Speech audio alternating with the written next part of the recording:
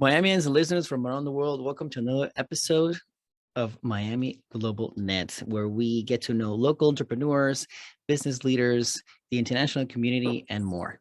Today we have Victor Unda. He is the founder and CEO of OKY. They specialize in value transfer, specifically using gift cards. So it's cool because I can purchase a gift card here, and then my family or friends in Latin America or whatever they have their service can use that gift card to pay for anything from groceries to going to the movies to even medicine at pharmacies. So Victor, how are you doing today? Thank you for joining us on the show. Thank you, Alejandro. Thank you for having me. It's always a pleasure. Thank you. Pleasure's all ours here. So tell us, what has been one of the biggest challenges that you've had in this journey?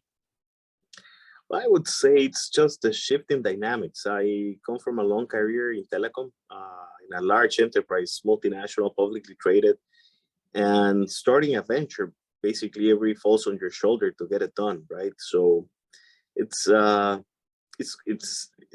quite cool at the same time because you're basically responsible for everything that's taking place. So it's I would say that's the biggest shift. Not a challenge, but just a change in dynamics. But it's fun, especially if you enjoy what you're doing. And seeing something as an idea just start to evolve and start to take shape out of nowhere, it's really cool. Cool.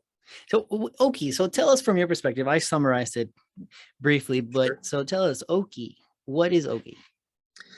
So, OKY is interesting because it's like we dissected the best elements of e-commerce, fintech, mobile prepaid telecom, and just the digital economy to come up with a business model that allows immigrants in the United States to purchase with cash via an app, prepaid vouchers, or, as you mentioned, digital gift cards, if you will, of different brands in Latin America. We've connected these brands to our app, and they can purchase, as you said, something as simple as a Happy Meal from McDonald's for $5, or send $200 in a prepaid gift card for groceries so that the relatives at home can collect the value that they transferred. It's at a much lower cost than remittances for them. So we're like 3 to 7 times cheaper than a traditional remittance. For the receiver, it's more convenient because they get an SMS with a code. So what we send is like an alphanumeric code that basically functions as a prepaid voucher. And the retailers of the brand that was pre-purchased accept that code as a means of payment, and they exchange products in exchange for that digital voucher. So it's an interesting model. We have about, I think it's already close to 6,000 points of sales here in the US, where people can go and add cash to their OKY app account.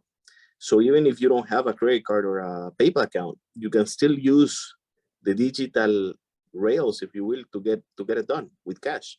So that was really the biggest innovation that we did.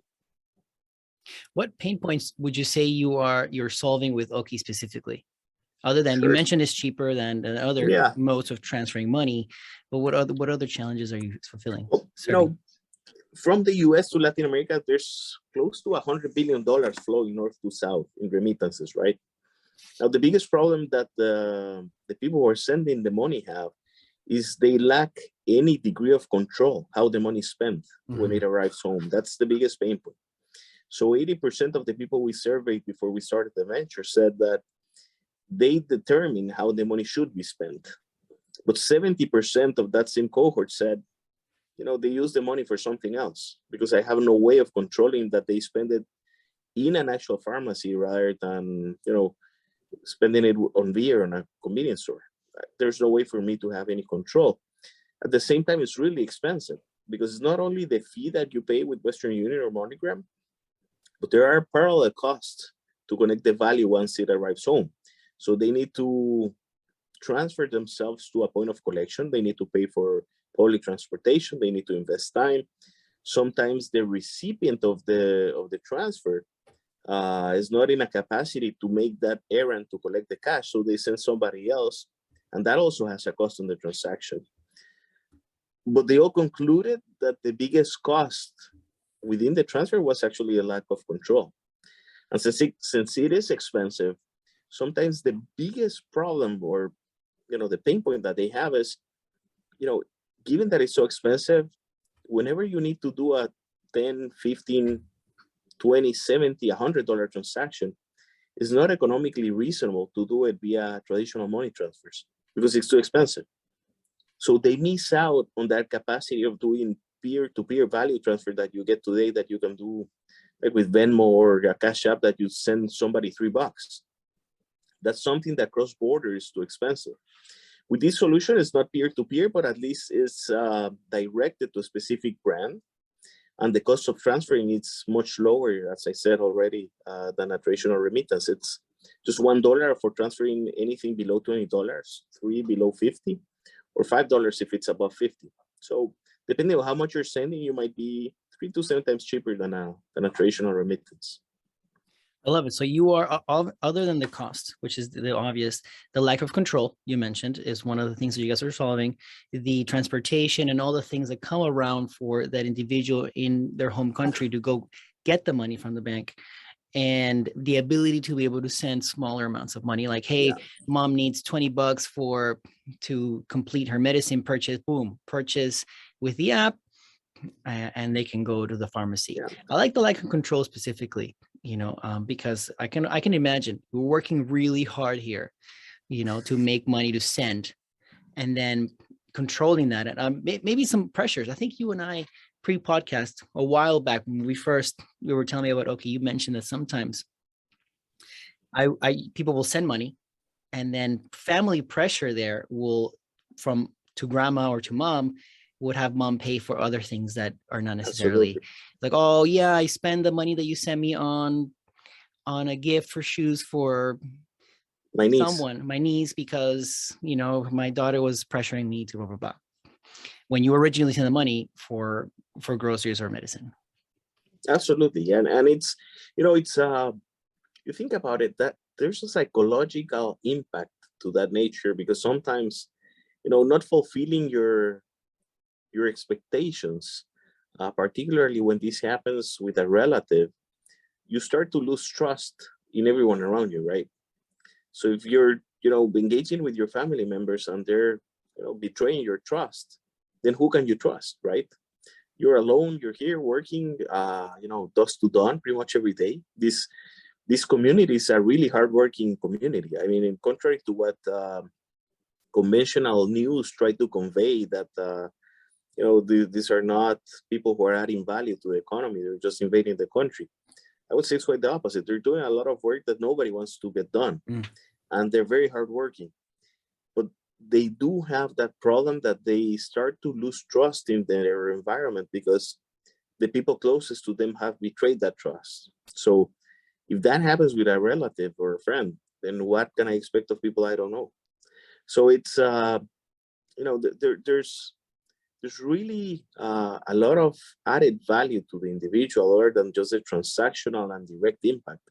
But you start to regain a lot of control, a lot of sense of fulfilling your goals, right? To a certain degree, as you pointed out, sending money to your mother to replace a refrigerator, and your sisters know about the transfer, and then all of a sudden they made a new dress for the niece that's turning 15, and they want to do a quinceañera, and the money goes to spend to consumption and not to the original intention it was sent for. So giving them back some margin of control has, I would say, 3 elements. One is it allows them to become active in the digital economy and extract the value from the digital space. From the side of control, you get more sense of assurance that you're going to send what you need to send.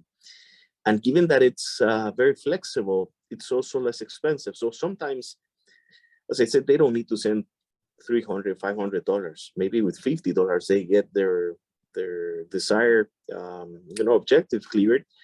And doing that via traditional cash remittance is too expensive. So having that opportunity to do it in the digital space at a low cost with cash, it's something that they couldn't do in the past. So it's a new category, if you will. It's something that they couldn't do. Yeah, and sometimes sometimes it takes years for people to actually go back to their country to see the effect of the money that they've worked really hard for. All right. So you guys definitely walk into this space to give that peace of mind, to know that at least I'm working hard for several years before I get to go back to see my family, my wife, my kids, whoever they left behind, to see that, have that control must give them Absolutely. peace to continue to work hard or harder. No, and you'd be surprised. We've encountered stories that are really heartbreaking. We met a couple from Honduras. They've been here for, I think it was close to 9 or 10 years. Without going back. Without going back. Yeah. Yeah. They've been saving money. They were sending money. They had a plot of land in Honduras, in Tegucigalpa. They wanted to build a house. And their idea was, this was a young couple. So they came here early 20s.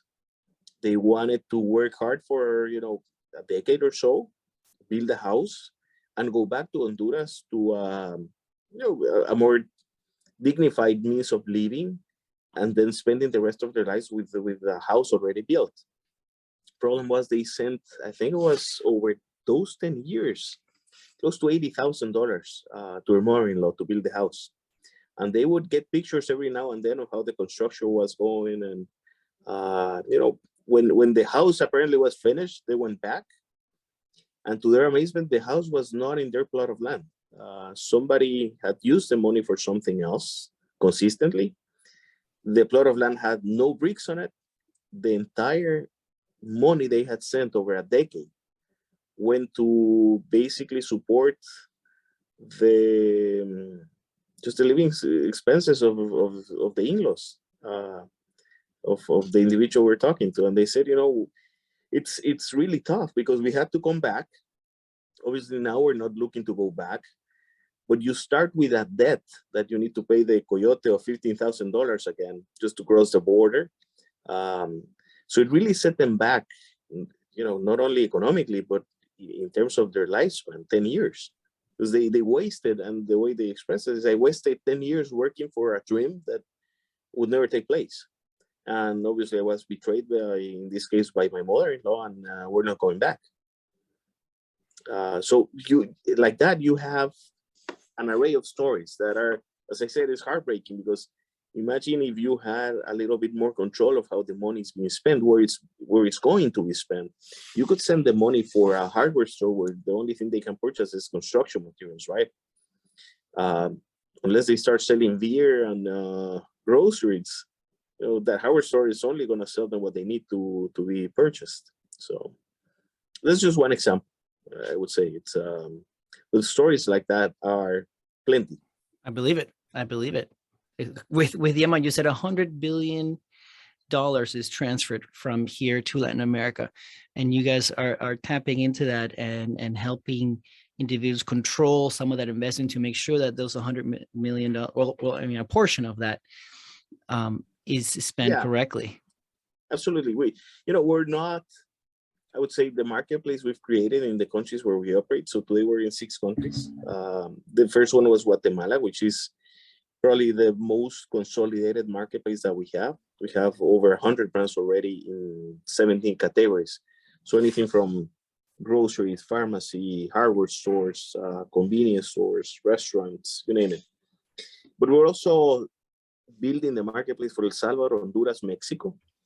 Those 4 markets are close to 70% of all the money flowing out of the US. So over $70 billion are landing in Mexico, Guatemala, El Salvador, and Honduras. We also have Argentina, Costa Rica, and we're looking to expand into other markets. Our ambition is over time not only to cater the US LATAM corridor, but there's a huge community of immigrants also residing in Spain, for example, that send money to South America. So Ecuador, Bolivia, Paraguay, Argentina, Colombia, Venezuela, all of those markets also have the same dynamics, and they face the same constraints, right? Sending cash, it's a decade-old type of dynamic that is yet to see real disruption. What you see, a lot of the new apps, what they're doing is doing the same thing money transfer operators do, but via an app. And what they do is probably they reduce a little bit the transfer costs, sometimes at the expense of, let's say, not a very competitive exchange rate, but they really hadn't transferred any incremental value to people originating the value. And that's really what we're doing. One of the things I failed to mention when you asked me about the benefits or the pain points, there's a lot of data from these individuals that is just being, underutilized. That data would allow you to eventually give them better access to even fulfilling their desires of being documented immigrants who have access to, financial instruments, to have a legal status in the U.S. These are people, as I said, who work hard. They usually pay taxes, and they pay additional expenses to the taxes that they pay because they don't have Social Security and whatnot. So most of the undocumented community would love to be on a legal status, but it's a process and it requires resources, and it's a journey for them. But they're a reality of the economy in which we reside. So anything we can do to help them improve their lives and inspire them to continue those heroic efforts that they have to provide for their families at home, it's part of the purpose why we built this business. Can you walk me through the process of using the app? You mentioned you have 600 points of service in the United States? Close to 6,000, yeah. Sorry, so, I missed a zero. No, that's right. 6,000 No, that's fine, points that's of service. So sure. that means that it could be, what, a 7-Eleven, it could be places well, like that. It's more, it's, if you want to walk you through a process, so basically you download the application. Okay. The app is available both in the iTunes stores and Google Play. Once you have the app, there's 3 ways you can make a purchase, right? You can use your credit card, use PayPal if you have those instruments. But if you don't, what we created is a network of points of cash in where these immigrants can go and hand cash to the teller, and that cash is loaded into a Rocky app account. It's similar to what you would do with a prepaid mobile phone, right? The way prepaid mobile works is you hand $20 to a teller, those $20 are added to your mobile phone number. With that balance, you can purchase minutes, SMSs, and data. In the case of OKY, it's exactly the same mechanic, but instead of purchasing only telecom services, you can purchase anything from the marketplace in the app.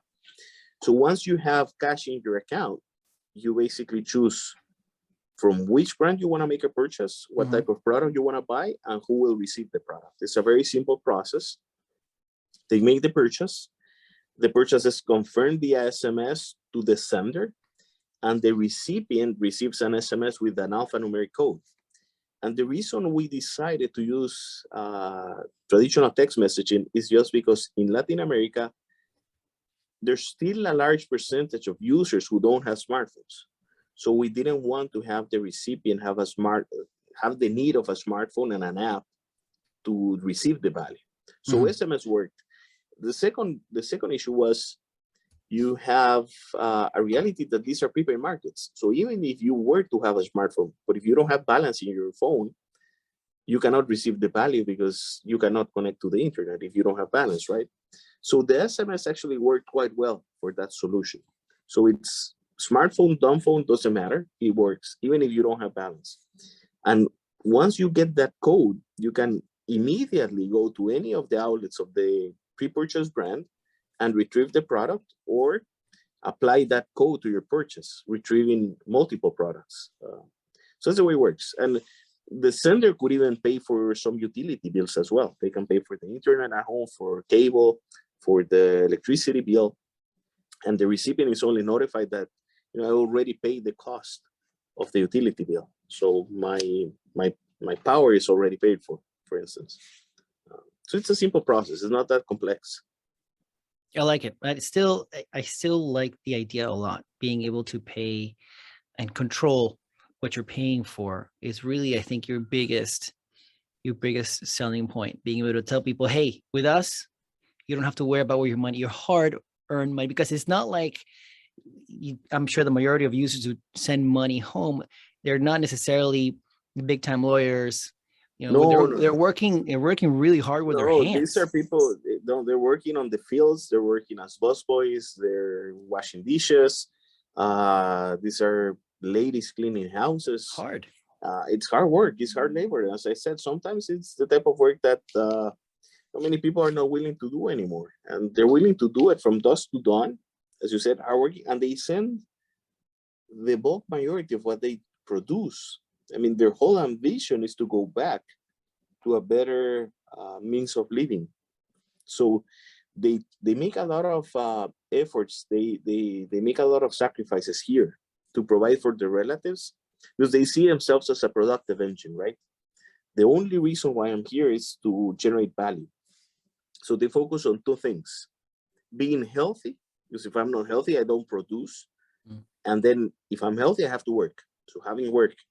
So to give an idea, during the pandemic, we saw a shift of people moving from larger cities into more rural areas in the US because they couldn't find work, washing dishes or cleaning houses just because of the conditions of the pandemic. So they went to where they could find work, which was, just picking fruits or vegetables or whatever in the fields. They do what needs to get done to be productive. Got it. It makes sense. It makes sense. Interesting shift. I had not thought about that. So that's good. That's interesting. And it makes sense because restaurants and all these, because restaurants are a huge employer. You may see 2 or 3 people there serving you, but at the end, you got at least 3 shifts. You got the back end, 3 shifts back there as well. So a small restaurant can easily employ, 30 people. Absolutely. And they couldn't find work. And for them, not working is wasting their time. They don't have, as you said, they're not lawyers who have tons of savings, and actually they don't save money. All of their savings are traveling south. So it's estimated that about a third to about 40% of what they produce is actually transferred south. And what they retain is what allows them to support their living conditions here in the US. So if you produce $100, $40 to $30 are traveling south, and the remaining $60 to $70 or 70% of what you produce is basically to pay for your house, to pay for your utilities, your living expenses, transportation, whatever you need. But very marginal value is being spent on anything of self-gratification, if you will. That is traveling south, all of it. So just like any entrepreneur, funding is always important, or else we can't go anywhere. So tell us about your funding journey. What are you looking at? Sure. So, funding is like fuel for the vehicle that you're driving, right? Without any fuel, you're not gonna get to where you want to go. So for us, it's been interesting. We've gotten a lot of interest from private investors. And that really has fueled the business to get it going to where it's at. But in this stage of where we're going, we're not looking only for cash, but rather strategic value in addition to just the economic impact it can have. As you can imagine, venturing into a market the size of Mexico, it's the type of environment where you would like an institutional investor from Mexico who can not only provide the economic resources, but at the same time, the strategic value of their networking, their experience, their understanding of the Mexican reality, so that market can become more accessible to a small venture like ours that's just getting off the ground, right? The opportunity is huge. To give you an idea, Mexico is the biggest remittance corridor in the world. Mexico receives over $50 billion a year from the US. So it's not easy. Once you start to focus in a very specific target, the number of investors start to get reduced. We've managed to establish amazing conversations with great people. We've come across incredible individuals in Mexico, and some of them have opened their Rolodex from A to Z and really have provided a lot of help. And hopefully we'll be landing some resources from these strategic investors in the coming weeks, because we're currently in the stage of doing our post-seed round. So getting everything set up so we can do a Series A hopefully next year. So when you mentioned about transferring money, I'm guessing it's mainly just one way, right? So when you expand into a new territory, I'm thinking, without really, knowing a lot of the back end, you need to get a lot of people to onboard their services, their businesses, so that I'm here, I'm Mexican, and I want to be able to choose what do I want a gift card or one service I want to buy. So it must be that's also a challenge. That's why investment significantly needed to enter new markets. No, to give you an idea, the marketplace we've been creating don't exist. And we actually got that question from an investor. They said, what would you say is the biggest barrier to entry to what you're doing? Because the technology you guys are using is not really something that you could argue is not proprietary, right? It's not, I mean, you're using SMSs. It's not that you develop the next blockchain. And we said, yeah, for sure. We're actually going to be using blockchain just as a means of safeguarding the business. But you're right. We're using existing technology. So it's more an evolution of the business model. But what I would argue that it's one of the biggest barriers to entry from a competitor is building these marketplaces, because that takes a lot of time. It takes resources, and it takes commitment from the retail party or the brand to allow you to integrate with them technically, so that they can accept this branded currency, if you will, in their stores. So once you start to get that ecosystem flowing, replicating that becomes really, really uphill. It's not that easy. But that's really where we're generating the value, right? We're creating an ecosystem on both ends, the sending end and the receiving end. And that is really what allows, bottom line, to have those better conditions to reduce costs. Because if you get a lot of intermediaries to get it solved, it's too expensive. Probably you would end up at a more higher price point than remittances, right? And now I'm sure it's a much easier conversation than at the beginning. Now you have a business model that's working. You have 6,000 points of sale. You already have a certain amount of money you're transferring. So going to someone in Mexico and be like, look, this is our business model. We're opening Mexico, jump on board. Tell me about your first onboarding service provider or client. Sure. What was it? Was it difficult to pitch the idea when you first birthed the idea? Absolutely. When we started, it was a PowerPoint with a lot of energy, a lot of passion, but little to show for, right? So we basically say, we're pitching around saying, this is what we're going to do. And, people say, wow, that's interesting. When you get it done, come back and we'll entertain the possibility. So, as in any venture, obviously you need to be blessed to have some doors being opened, which I think it was the case. Guatemala is a small country, and given my previous lifetime, I was lucky enough or blessed enough to be in a position to know a lot of influential people in different businesses. So when I pitched the idea, a lot of the reason why they probably accepted to come on board was because they trusted the people who were behind the business. It wasn't just myself, but my partners as well. These were people who were highly regarded in the business environment. So they said, if you guys are behind the business, we're betting on the fact that you will get done what your PowerPoint says, right? 18 months fast forward after we started commercially operating the business, we have tens of thousands of customers. We've been paying on time to our brands. There's already millions of dollars flowing via the platform. So, getting that first brand wasn't easy. And getting the first flagship brand, if you will, funny enough, the biggest brand we landed at the beginning was McDonald's. Oh. And we thought, it's a globally recognized brand, so it's going to give us a lot of credibility. And we're not very optimistic of the volume of purchases people would do of McDonald's, because if you're living abroad and you're trying to build a house, McDonald's will not be at the top of the list of what you want to send. And we were completely taken aback by the use of the sender, because fast food or restaurants became the fastest growing category that we have. So landing that brand not only allowed us to gain some credibility in the street, if you will, to the businesses that we were onboarding in the marketplace, but it was really what a lot of people were looking for here in the US, because sometimes they don't have enough resources. They didn't have enough work this month to send the remittance, but they do have 10, 15, $20 Mm. to treat their relatives to a meal. And they said, this really solves a big problem for me. Because sometimes I feel down that I'm not being productive and I couldn't send the remittance. But now I send them, I treat everyone to dinner at McDonald's or Pollo Campero, if you will. And it costs me 20, $30. Everybody's happy. I feel better.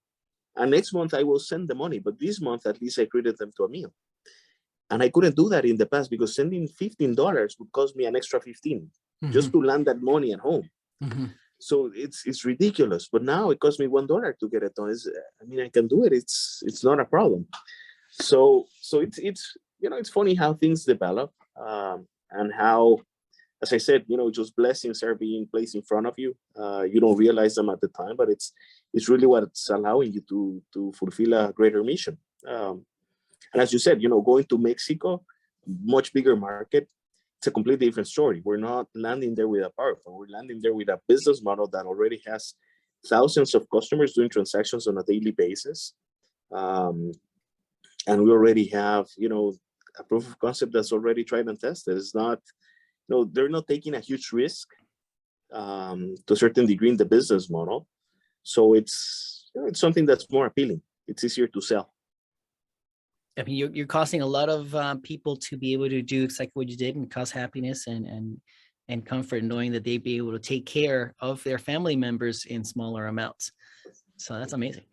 So talking about this work that you're doing, what does the evolution look like? Where do you want this to be? Sure. So, if we're allowed to dream big, which is really why you start these type of ventures. We didn't start, as I said, just to send them McDonald's Happy Meal. I mean, that's, as I said, that wasn't even by design. We didn't know that was going to happen. But the whole idea was, let's solve the immediate needs of these consumers via traditional consumption, via the marketplace. But at the same time, we're going to be collecting a lot of data. So if you think about it, it's a platform that is comprised of a distribution network that enables the purchase of a digitalized marketplace of retail brands in Latin America, that is powered by technology that we assembled. And from all that ecosystem, we start to garner a lot of information. So, where people are located when they make the purchase, what are they buying, who's receiving it, where is it being redeemed, and how much they're spending on a recurring basis. How consistent are they on this type of purchase? And all of that data over time allows you to bring better solutions on an individual basis. And that's really what's going to drive the value of the digital economy, right? Because if you think about it, if you're dealing predominantly in cash, there's no log or recorded history of what you've been doing. But if you start to do things on a digital environment, you start to leave a digital footprint.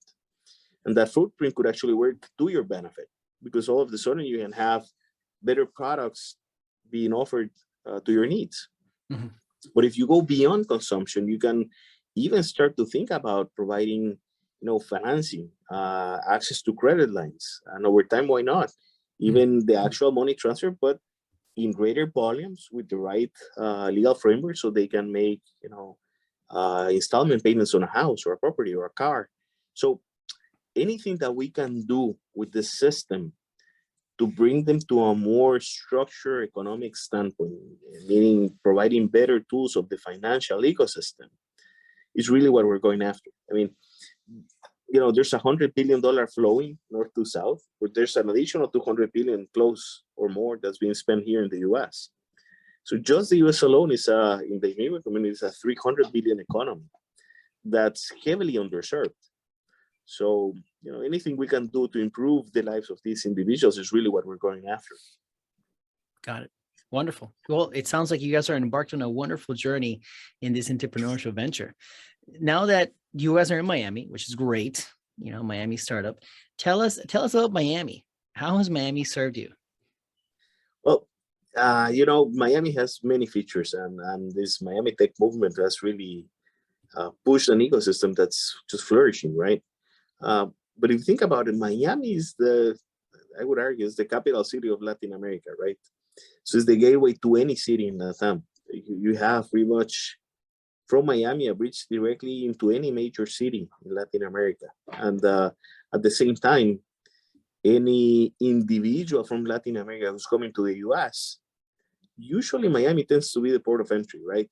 So in our case, doing business is really convenient, because if we were to say, based out of Denver, a businessman from Mexico or from Guatemala that will be in Denver, probably that will happen once every 3 or 5 years, if at all, right?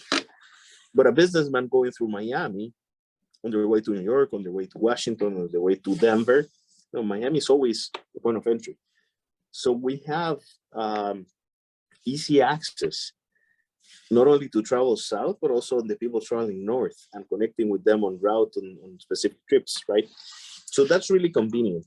At the same time, you have, as I said, just the local ecosystem in Miami of entrepreneurs is just ridiculous how fast it's growing.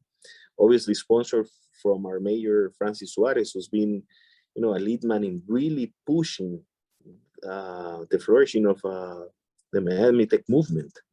And you see a lot of companies just relocating to Miami and starting to set up shops here. And that gives you, over time, greater access to talent, better access to networking. We've been talking to a lot of companies in the fintech space who have offices here in Miami. And that is something that, were it not for how the city is really evolving in that space, it wouldn't be probably as easy or as simple, right? Even though we're doing a lot of Zoom, like we're doing right now, the fact that you can sit over coffee with someone and really talk eye to eye into what we're building, and just having the capacity of being in the same space, in the same environment, and attending the same events, is just simpler networking. Is just really fantastic.